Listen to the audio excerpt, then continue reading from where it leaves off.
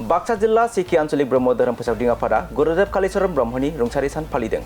दिनै 8 मे गुरुदेव कालीचरण ब्रह्मनि रुंसारि सान। दुलाराय ब्रह्म धोरोम बाक्सा जिल्ला सिखि आन्चलिक ब्रह्म धोरोम आफादनि बानजायनायाव 6, 7 आरो 8 मे खालाराव सानथामनि हाबाफारिजों बाक्सा हज'नि सिखि आन्चलिक ब्रह्म सेबा आश्रमाव खुंफुंनाय जादोंमोन गुरुदेव कालीचरण ब्रह्मनि रुंसारि एबा खुंगा सेथि मुलुग गोजोन 3 सान खोन्दो गैयि जयग' होनाय हाबाफारि।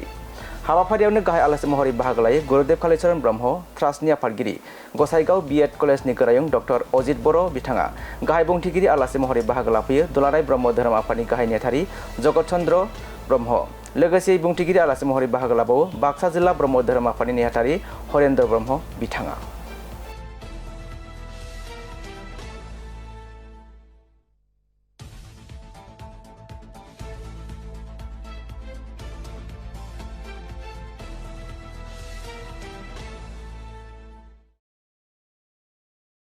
सानथामनि हाबाफारिजों गुरुदेव कालीचरण ब्रह्मनि थैनाय सान बेखौ फालिदों। बेवहाय नोंथाङा गाहाय आलासि महरै बाहागो लादों मा बुंदों? सिखि आन्चलिक ब्रह्म धोरोम आफादनिसिम आङो साबायखर बावदों।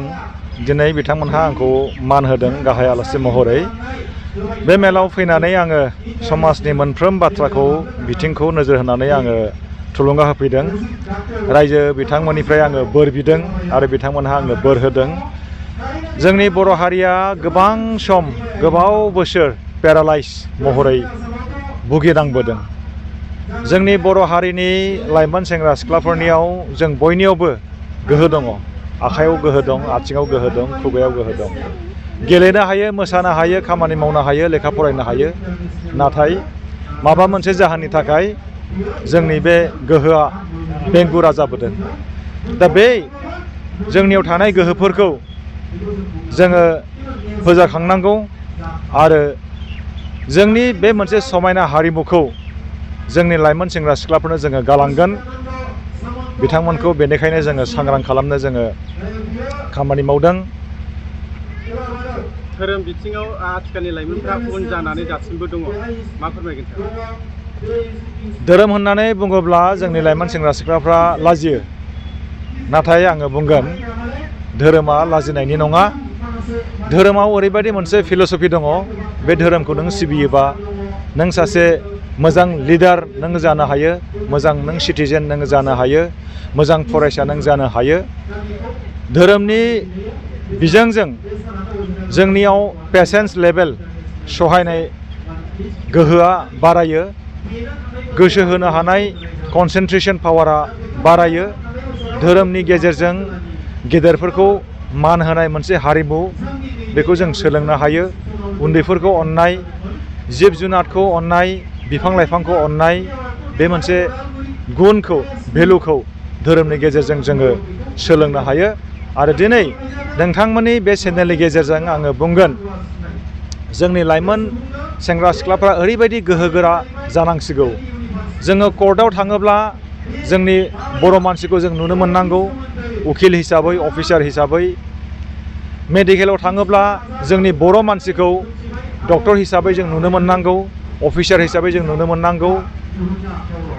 बाजार हाथायाव थाङोब्ला जोंनि बर' सेंग्रा सिख्लाफोरखौ जों नुनो मोननांगौ गेदेरथार बिजनेस मावनाय, मैगं थाइगंनि बिजनेस मावनाय जों नुनो मोननांगौ। नाथाय दुखुनांथावै जोंनि मार्केट, जोंनि अफिस, मेडिकेल, कर्ट मोनफ्रोमबो बिथिङाव गुबुन हारिया जायगा आवग्रिनायखौ जोङो नुनो मोनदों। बियो दुखुनांथाव।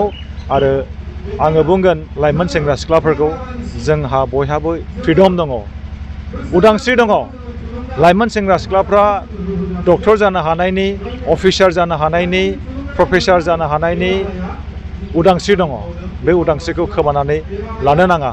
दिनै मार्स ग्रहआव आलिशा केरसन होनाय सासे सिख्लाया थांनानै माने गिबिसिन बे इउनिभार्सनि सासे सुबुं जानो थाखाय नाजागासिनो दङ।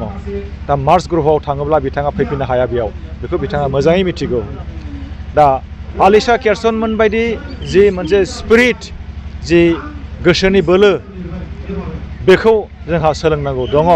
जोंनि मानसिया दाहाय मा ओंख्रि जागोन, गाबोन मा ओंख्रि जागोन, बेखौ सानबाय थानांगौनि जेबो गोनांथि गैया। जोङो ट्राइबेल जानो हागौ, नाथाय जोंनि गोसोआ ट्राइबेल जानो नाङा। ट्राइबेल हिसाबै जोङो माखासे खाबुखौ जों मोननो हायो नाथाय जों ट्राइबेलखा जोङो फरायनायाव आवगायनो हाया जोङो ट्राइबेलखा जों माहाजोन जानो हाया बेबायदि मोनसे गुसेब नोजोरखौ गुवार खालामनांगौनि गोनांथि दंसै आरो दिनैनि बे मेलनि गेजेरजों आङो गुरुदेब कालिचरन ब्रह्मनि बे रुंसारि सानाव गुरुदेब कालिचरन ब्रह्मनि फिल'सफिखौ फोथांनानै लाखिनांगौनि थाखाय आङो बिबुंथि होदों रायजो राजाफोरजों आङो मोनसे सम लादों सावरायलायदों आरो लोगोसे जोंनि गेजेराव मान होलायनाय अनलायनाय बे हारिमुवा थांनानै थानांगौ बर' हारिफोरा जाय बिथांमोनहा ब्रह्म धोरोमखौ आजावदों बिथांमोनहा ब्रह्म धोरोमनि गेजेरजों बर' राव थुनलाइ हारिमुखौ जाहाथे सिबिलाङो बेखौनो आं खावलायदों।